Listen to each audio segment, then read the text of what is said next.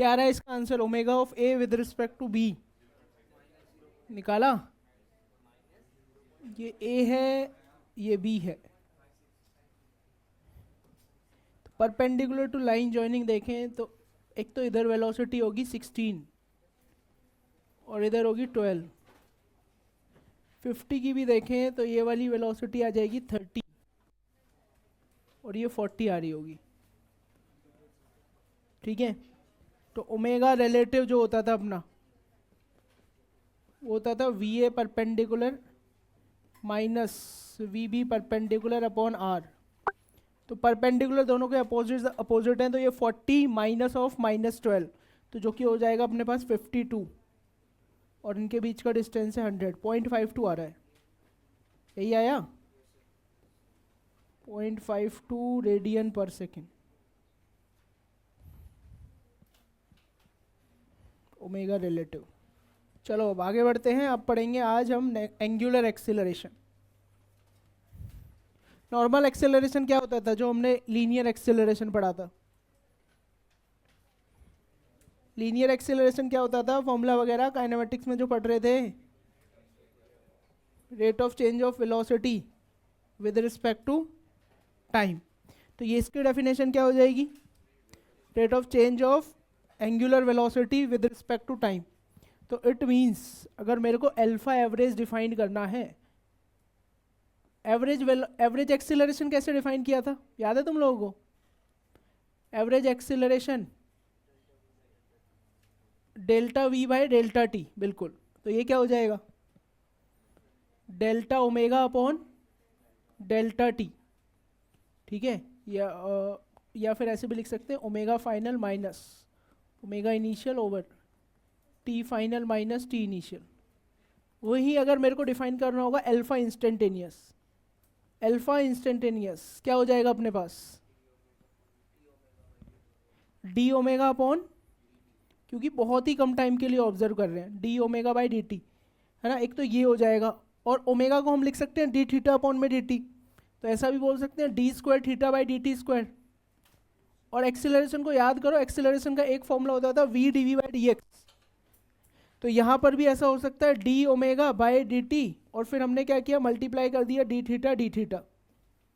तो एक D theta by D T मिल क्या बना देगा, ओमेगा, और D omega by D theta. तो ये हो जाएगा omega D omega upon D theta. This is alpha instantaneous. ठीक है, अच्छा एक्सेलरेशन का काम क्या होता था, एक्सेलरेशन का काम क्या होता था, एक्सेलरेशन का काम क्या था, वेलोसिटी को चेंज करना, उसको इंक्रीज करता था या डिक्रीज करता था। अगर एक्सेलरेशन वेलोसिटी की डायरेक्शन में होता था तो वेलोसिटी क्या होती थी, इंक्रीज या डिक्रीज, इंक्रीज होती थी। और एक्सीलरेशन अगर वेलोसिटी के अपोजिट होता था तब वेलोसिटी क्या होती थी, ऐसे यहाँ पर होगा। अगर अल्फा ओमेगा की डायरेक्शन में होगा तो ओमेगा इंक्रीज करेगा, और अल्फा अगर अपोजिट होगा ओमेगा के तो ओमेगा डिक्रीज करने वाला है। ठीक है, तो मान लो इस तरह से ऐसा अपना एंटी क्लॉकवाइज सेंस में ओमेगा है, और इसी सेंस में अपना अल्फा भी आ जाए, दोनों की सेम डायरेक्शन, तो यहाँ पे ओमेगा क्या होगा, ओमेगा विल इंक्रीज। और अगर ओमेगा ठीक है एंटी क्लॉकवाइज डायरेक्शन में, लेकिन अल्फा क्लॉकवाइज डायरेक्शन में, हेयर ओमेगा विल डिक्रीज। ठीक है, और ये भी तुम्हारे पास कैसा होता है, एक एक्सियल वेक्टर होता है, एक्सियल वेक्टर होता है, किसी एक एक्सिस के अलोंग ही होगा। जैसे ओमेगा की direction out of the plane, तो यहाँ पर अल्फा की डायरेक्शन भी आउट ऑफ द प्लेन। ठीक है, एक्सियल वेक्टर है, इसकी एसआई यूनिट क्या हो जाएगी, इसकी एसआई यूनिट क्या हो जाएगी, बताओ जल्दी, एसआई यूनिट क्या हो जाएगी भाई इसकी, इसकी क्या होती है, radian per second upon second, तो क्या हो जाएगा, रेडियन पर सेकेंड स्क्वायर।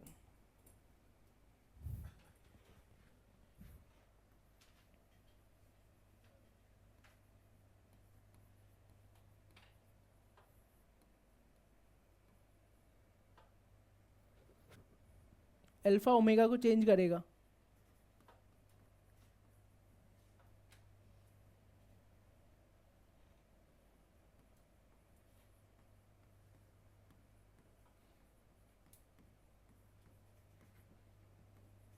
क्या अल्फा नेसेसरी है सर्कुलर मोशन के लिए? मतलब अगर कोई भी पार्टिकल सर्कुलर मोशन कर रहा है तो उसके पास अल्फा होना ही होना चाहिए, ऐसा ज़रूरी है या नहीं है? Is angular acceleration alpha necessary for circular motion? Yes और नो?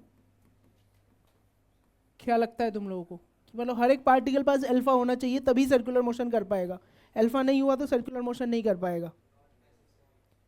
इसका रिवर्स क्या होगा? अगर मैं ऐसा बोलूं कि अगर किसी पार्टिकल को मूव करना है तो उसके पास एक्सेलरेशन होना ही होना चाहिए। मूव करने के लिए क्या चाहिए? वेलोसिटी चाहिए। ऐसे ही सर्कुलर मोशन के लिए क्या चाहिए? एंगुलर वेलोसिटी चाहिए। तो मे बी एंगुलर ओमेगा अगर कांस्टेंट रहेगा तो अल्फा क्या हो जाएगा? जीरो। तो पार्टिकल कांस्टेंट ओमेगा के साथ भी तो कर सकता है सर्कुलर मोशन। तो ऐसा कोई फिक्स्ड रूल नहीं है कि अल्फा होना ही चाहिए। अल्फा का काम ओमेगा को चेंज करना है बस। अल्फा नहीं होगा, ओमेगा कांस्टेंट रहेगा, पार्टिकल घूमता रहेगा, उसी को हम बोल देते हैं यूनिफॉर्म सर्कुलर मोशन। ठीक है, तो यहाँ पे आंसर इसका होगा नो। और एग्जाम्पल होगा uniform circular motion. Uniform circular motion बचपन में पढ़ा होगा तुमने 9th क्लास वगैरह में। क्या होता था वहाँ? वेलोसिटी कांस्टेंट होती थी, ओमेगा भी कांस्टेंट रहती है।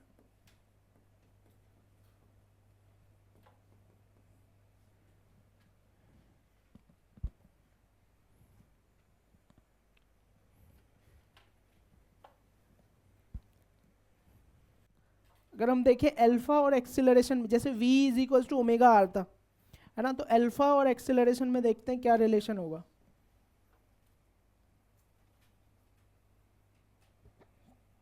तो हमें पता है कि अल्फा जो होता है वो होता है d omega upon D T. और ओमेगा को हम क्या लिख रहे थे भाई? ओमेगा को क्या लिखा था हमने? v और ओमेगा में क्या रिलेशन था? ओमेगा इज इक्वल्स टू या v is equals to omega r था। तो ओमेगा क्या बन जाएगा तुम्हारे पास? v upon are. तो r को बाहर निकाल दिया 1/r, और यहाँ पर रेडियस कांस्टेंट है dv/dt। dv/dt तुम्हारे पास क्या बन गया? एक्सीलरेशन। और मोर एक्यूरेटली बोलूँ तो दिस इज टेंजेंशियल एक्सीलरेशन, क्योंकि वेलोसिटी कौन सी वाली वेलोसिटी है ये? कोई भी पार्टिकल है सर्कुलर मोशन में यहाँ पे घूम रहा है ना, तो इसकी जो वेलोसिटी होती थी ऐसे होती थी, टेंजेंशियल डायरेक्शन में होती थी। तो ये जो एक्सीलरेशन आएगा वो भी टेंजेंशियल ही आएगा। तो ये इसीलिए 80 अपॉन में आ रहा है।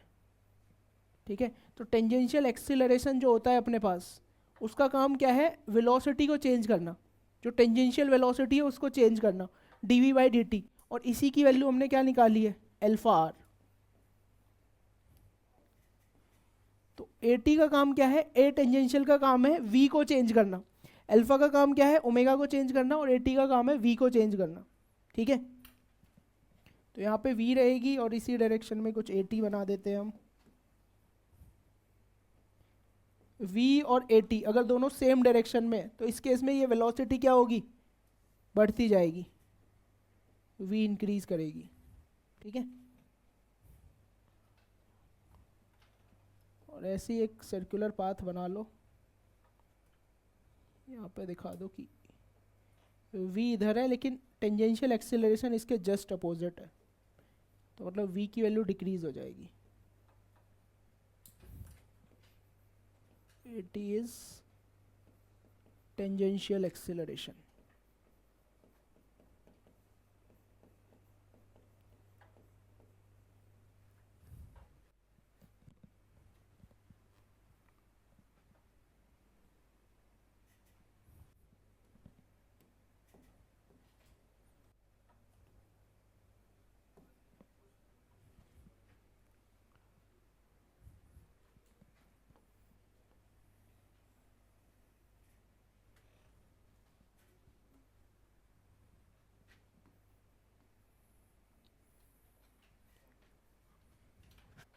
इंस्टेंटेनियस एक्सेलरेशन कौन से वाले ग्राफ का स्लोप होगा इस इक्वेशन के according?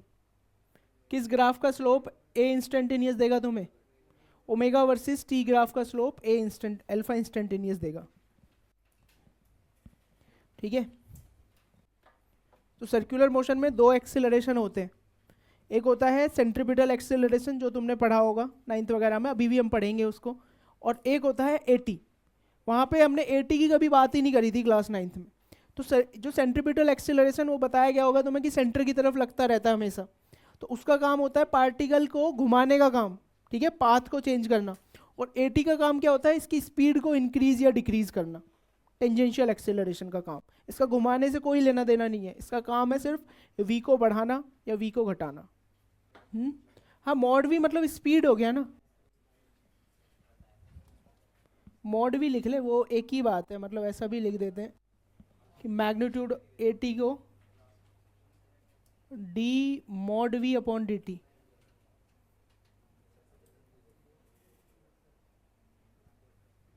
D mod we upon D T भी लिख लेते हैं, ये लिख लेना भाई सब।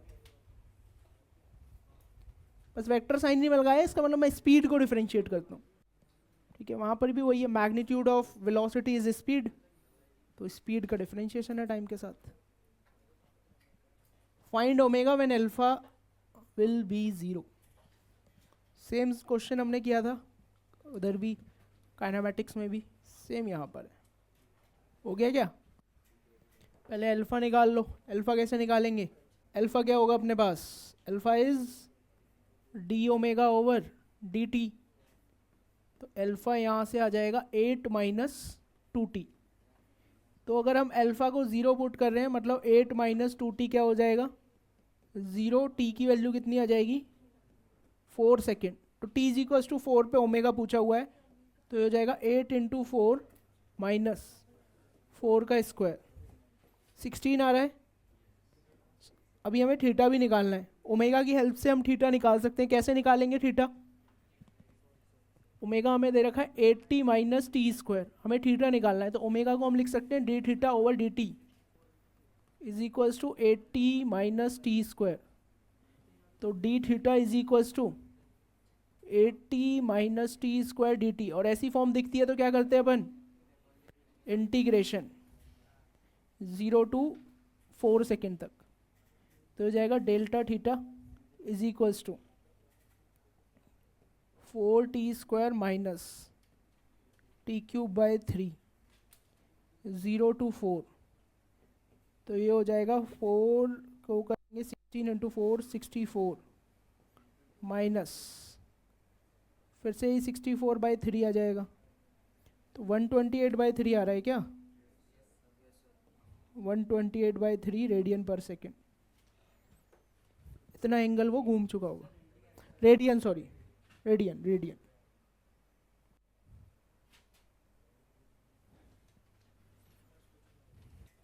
कि ओमेगा हमने पढ़ा था D theta by D T, जो कि होगा slope of theta versus T graph.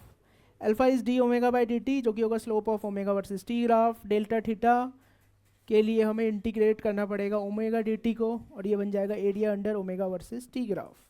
Same with the alpha. Alpha is या delta omega, delta omega, omega final minus omega initial, जो कि इंटीग्रेशन होगा अल्फा डी टी का। तो change in angular velocity is area under alpha versus T graph.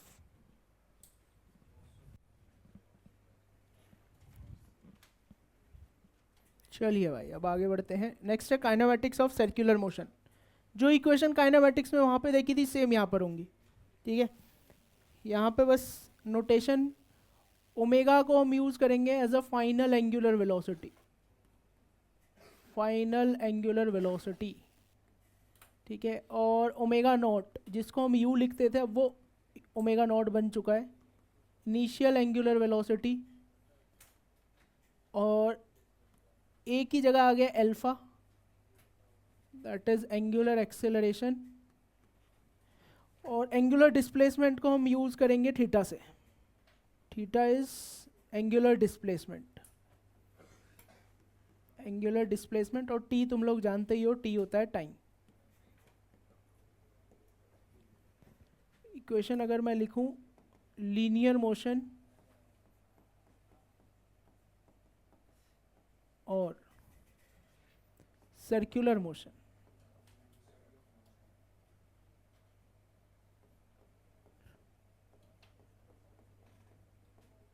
Kinematics equation याद है? 3 equation लिखी थी हमने।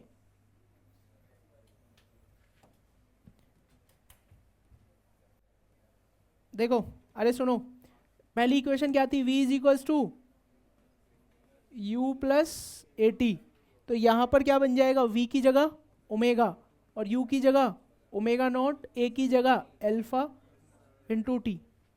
दूसरी इक्वेशन क्या थी, s is equals to u t plus half a t square. यहाँ पर क्या बन जाएगी वो, theta is equals to omega naught T plus half of alpha T square. तीसरी इक्वेशन क्या थी, v square minus u square is equals to 2as, और यहाँ पे क्या हो जाएगी, omega square minus omega naught square is equals to 2 alpha theta. अच्छा, इन तीनों इक्वेशन को वैलिड होने के लिए कंडीशन क्या थी, एक ही कंडीशन थी बस, एक्सीलरेशन क्या होना चाहिए, कांस्टेंट होना चाहिए।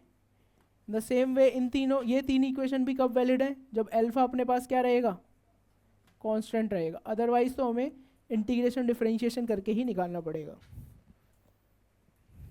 एक फैन है वो वही स्टार्ट करता है rotating with alpha this, start ही कर रहा है तो इनिशियल ओमेगा क्या रहेगी, ज़ीरो या नॉन ज़ीरो, ज़ीरो, वही को तुम्हें निकालना है।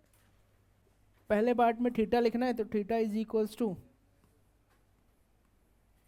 Omega naught T plus half of alpha T square. Omega naught तो ज़ीरो है, तो हाफ ऑफ 3 इंटू 3 का स्क्वायर 27/2 रेडियन, और बी पार्ट में omega, omega is equals to omega naught plus alpha t, omega naught zero, alpha है तुम्हारे पास 3 और time भी है 3, तो हो जाएगा 9 रेडियन पर सेकेंड। ठीक है, ओमेगा भी आ गया, अल्फा भी आ गया, थीटा भी आ गया। कर लिया भाई सबने, नेक्स्ट।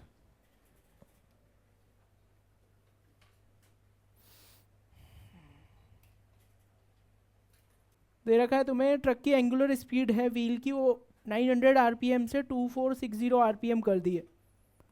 तो हमारे पास ओमेगा नॉट कितना दे रखा था, 900 आरपीएम। आरपीएम को पहले कन्वर्ट करेंगे रेडियन पर सेकेंड में, तो 900 इंटू 2π/60 होता था, या π/30 सीधा कर लो, तो 900 इंटू π/30 कर लेते हैं, तो कितना आ जाएगा ये 30 पाई रेडियन पर सेकेंड। ठीक है, ऐसी ओमेगा फाइनल वो में दे रखा है कितना, 2460 आरपीएम, मतलब ये हो जाएगा 2460 इंटू π/30 रेडियन पर सेकेंड। तो 0 से 0 कैंसिल, ये आ जाएगा 4 नहीं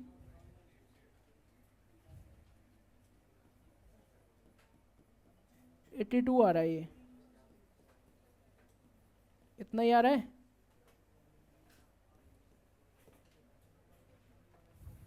और टाइम दे रखा है 26 सेकेंड, टाइम इज 26 सेकेंड। तो पहले हम क्या करते हैं, थीटा निकालना है। एक तो यूज़ कर लो, सीधा यूज़ कर सकते हैं 2 अल्फा, लेकिन चाहिए कोई भी इक्वेशन यूज़ करेंगे तो अल्फा ही निकाल लेते हैं। तो हम जानते हैं ओमेगा होता है omega naught plus alpha T, तो अल्फा हो जाएगा omega final minus omega initial by time taken, तो होगा 82 पाई माइनस 32 पाई, और टाइम लगा इसको 26 सेकेंड्स। तो कितना हो जाएगा ये 50 पाई, नहीं तो 30 था, 52 pi upon 26, 2 pi radian per second square, इतना आ गया अल्फा। नंबर ऑफ रिवॉल्यूशन निकालने तो उसके लिए हमें थीटा की ज़रूरत पड़ेगी। थीटा होता है अपने पास omega naught T plus half of alpha T square. Omega naught है तुम्हारे पास 30 पाई, टाइम दे रखा है 26 second, plus half of alpha हो गया अपने पास कितना 2 pi into T square. T square है तुम्हारे पास 26 का स्क्वायर, कैलकुलेट करो ये कितना आएगा,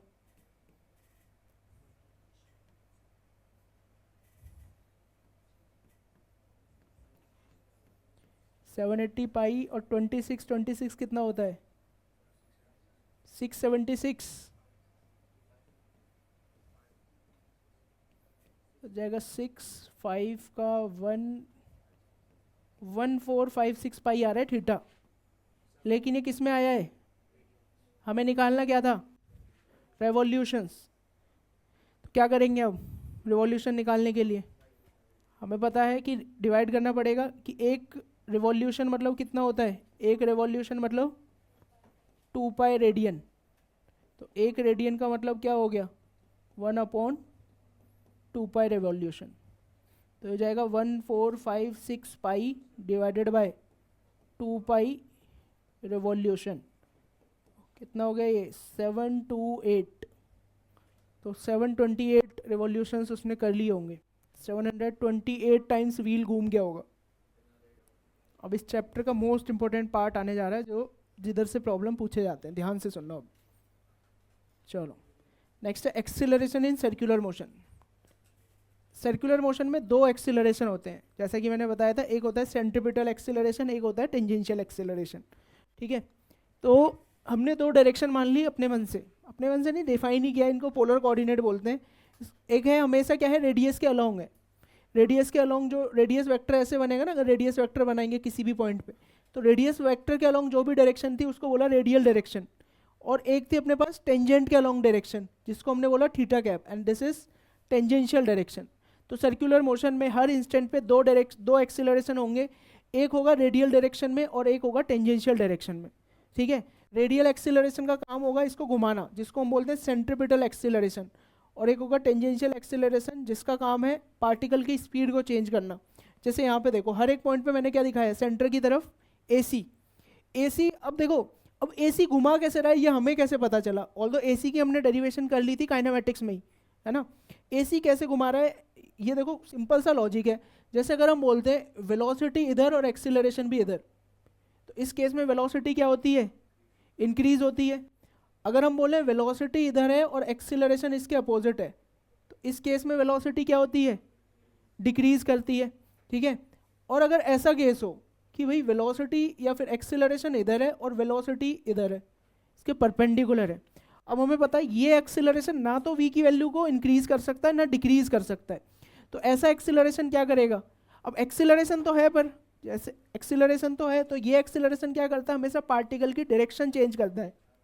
जैसे यूनिफॉर्म सर्कुलर मोशन हम पढ़ते हैं, ठीक है, यूनिफॉर्म सर्कुलर मोशन में तुम सबने पढ़ा होगा कि स्पीड क्या रहती है, कांस्टेंट रहती है, कि यहाँ पे v स्पीड इधर ऐसे, v स्पीड इधर, v स्पीड ऐसे इधर, v स्पीड ऐसे, स्पीड कांस्टेंट है ना।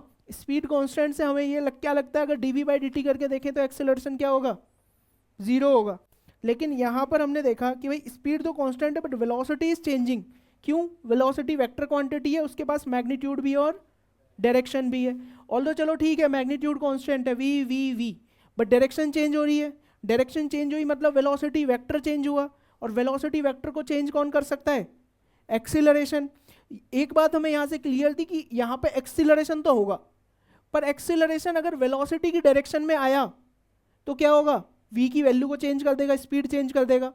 अगर एक्सीलरेशन वेलोसिटी के अपोजिट हुआ तो भी स्पीड को चेंज कर देगा, पर यहाँ तो स्पीड चेंज ही नहीं हो रही। मतलब एक्सीलरेशन एक ऐसी डायरेक्शन में होना चाहिए जो v को चेंज ना करे, सिर्फ इसको घुमाए, और वो डायरेक्शन कौन सी है, v के परपेंडिकुलर डायरेक्शन।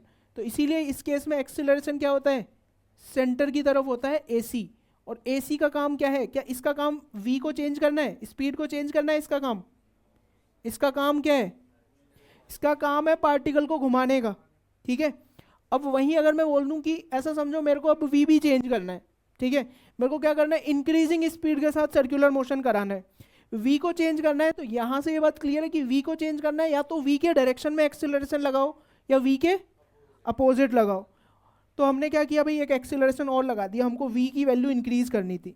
v की वैल्यू अगर इंक्रीज करनी थी तो एक्सीलरेशन क्या करना पड़ेगा, इसी की डायरेक्शन में लगाना पड़ेगा। तो एक इसके डायरेक्शन में ही एक्सीलरेशन लगाया, जिसको हमने क्या बोला, टेंजेंशियल एक्सीलरेशन।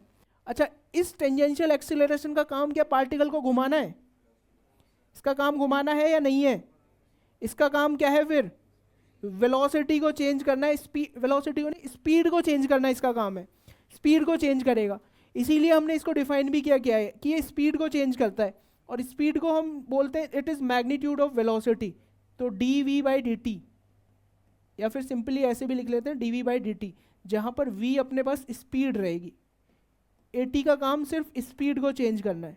ठीक है, वाइल अगर AC की अगर मैं बात करूँ, AC को हमने क्या लिखा था, v² अपॉन में r, और v को अगर ओमेगा आर लिख दोगे तो ऊपर क्या बन जाएगा, ओमेगा स्क्वायर आर स्क्वायर, और नीचे क्या है आर, तो क्या बन जाएगा omega square are.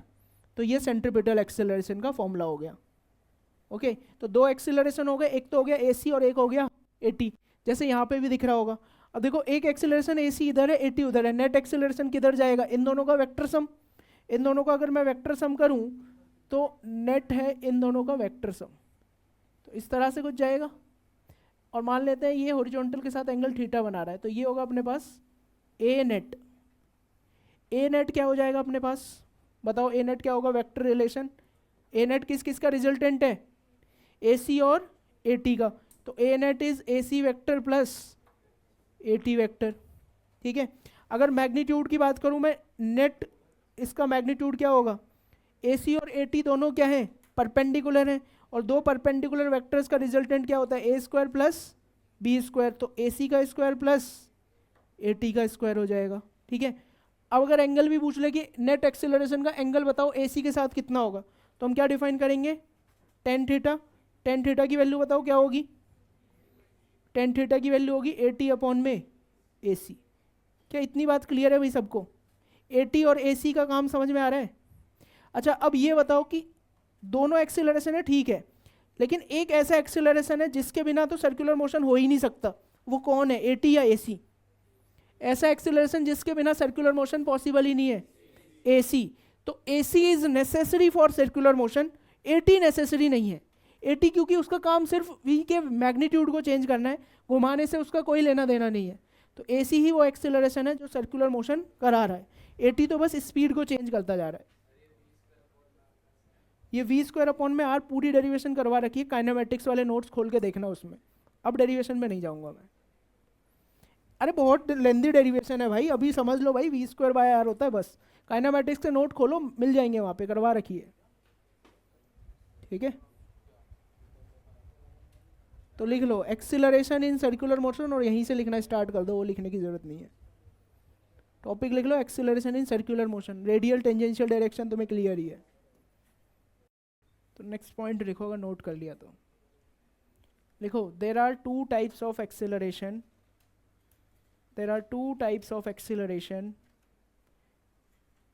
in circular motion. There are two types of acceleration in circular motion. Full stop. There are two types of acceleration in circular motion, full stop. One is tangential acceleration. One is tangential acceleration which increases, one is tangential acceleration which increases or decreases, one is tangential acceleration which increases or decreases the speed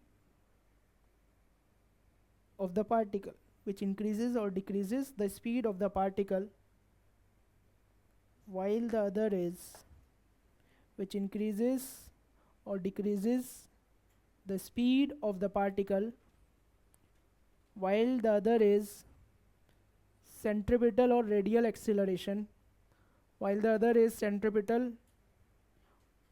or radial acceleration, while the other is centripetal or radial acceleration, which changes the direction of motion of the particle, which changes the direction of motion, which changes the direction of motion of the particle, which changes the direction of motion of the particle. लिख लिया, next point लिखो, AC has no role in increasing or decreasing the speed. AC has no role in increasing or decreasing the speed. AC has no role in increasing or decreasing the speed. While AT has no role in increasing or decreasing the speed के बाद, while AT has no role in giving direction, while AT has no role in giving in changing direction.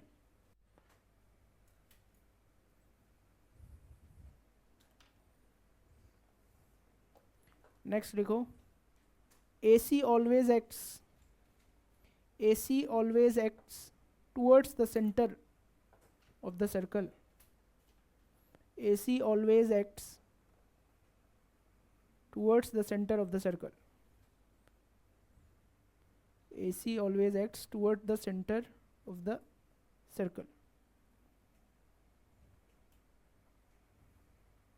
The angle between, अलग point लिख लो, the angle between AC vector and V vector, AC vector and V vector is कितना होगा हमेशा, AC और V में angle 90. The angle between AC vector and V vector is 90 degree, हमेशा ही ऐसा होगा. ठीक है.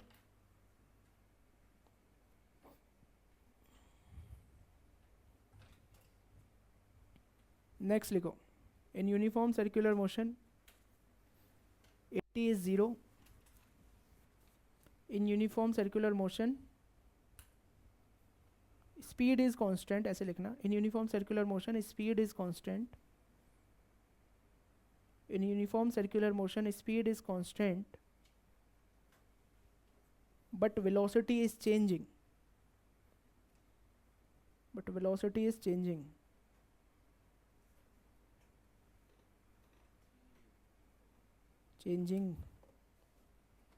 This implies that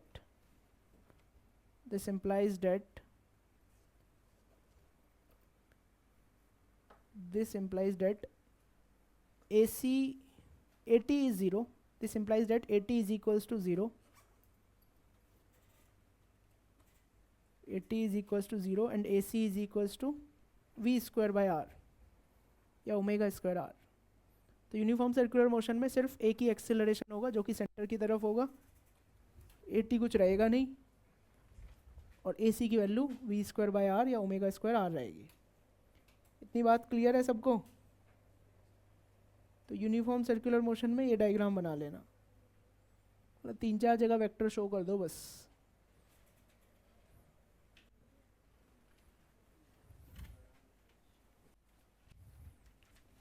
uniform circular motion में डायग्राम बना लेना बस. ओनली पहले नहीं बनाया ये किसी ने भी. ठीक है.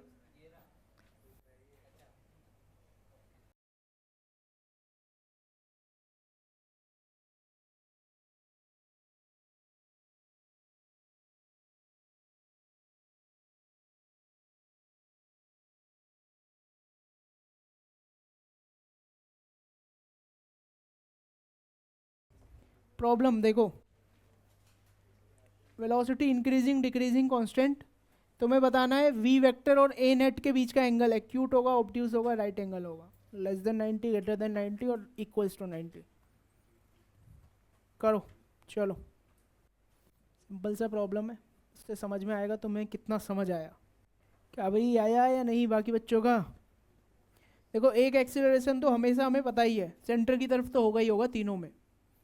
AC इसमें भी होगा सेंटर की तरफ, इसमें भी AC सेंटर की तरफ और इसमें भी AC सेंटर की तरफ. ठीक है. अब हम जानते हैं AT का काम क्या था. AT का काम क्या था? स्पीड को चेंज करना. स्पीड इंक्रीज कर रही है, मतलब AT इसी की डायरेक्शन में रहा होगा तो इधर ही रहा होगा AT. इधर स्पीड डिक्रीज कर रही है तो AT इसी की डायरेक्शन में हो गया, इसके अपोजिट डायरेक्शन में इधर रहा होगा AT. और इसमें तो AT क्या रहा होगा? 0.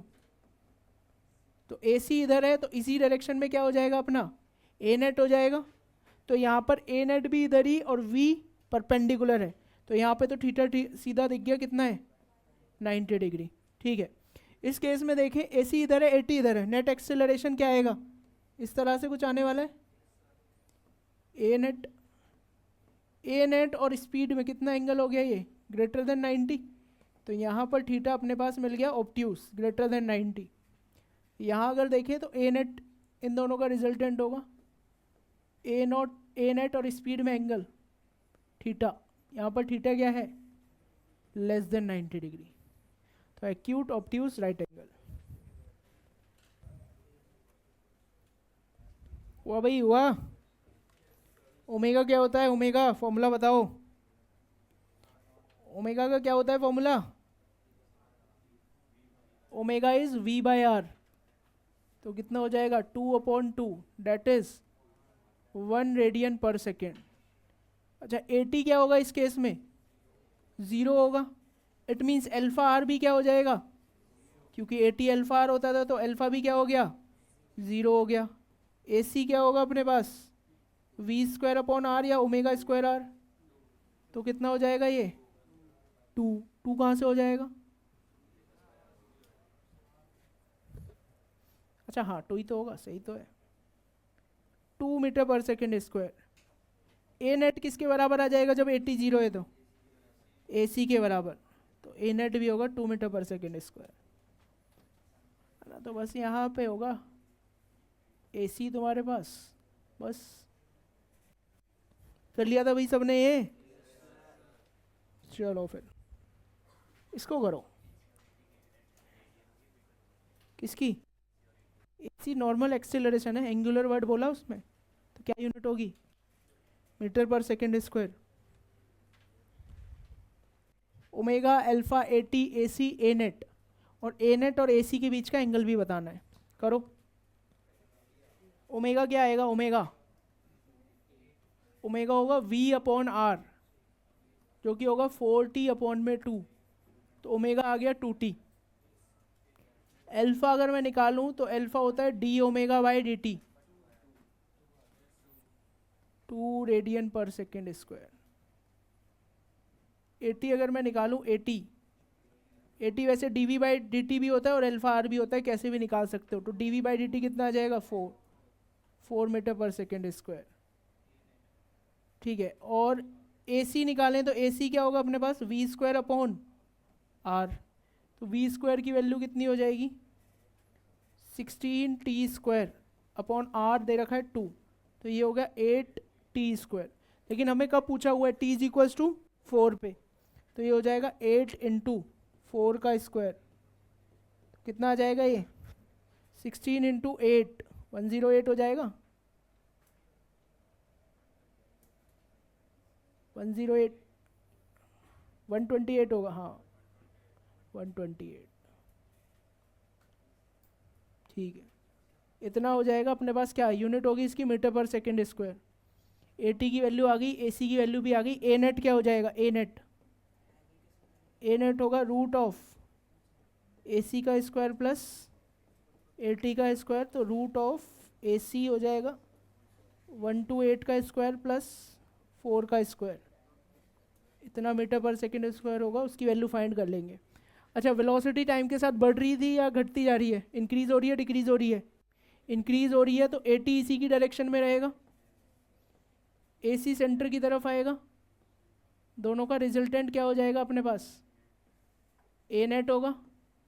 और पूछा ए नेट ने ए सी के साथ कितना एंगल बना रखा होगा एट T=4। तो टेन थीटा अपने पास क्या होगा? टेन थीटा होगा अपने पास AT/AC। AT है 4 और AC है 128, तो कितना हो जाएगा? 1/32। तो थीटा यही आ जाएगा, tan इनवर्स 1/32। तो एंगल भी आ गया।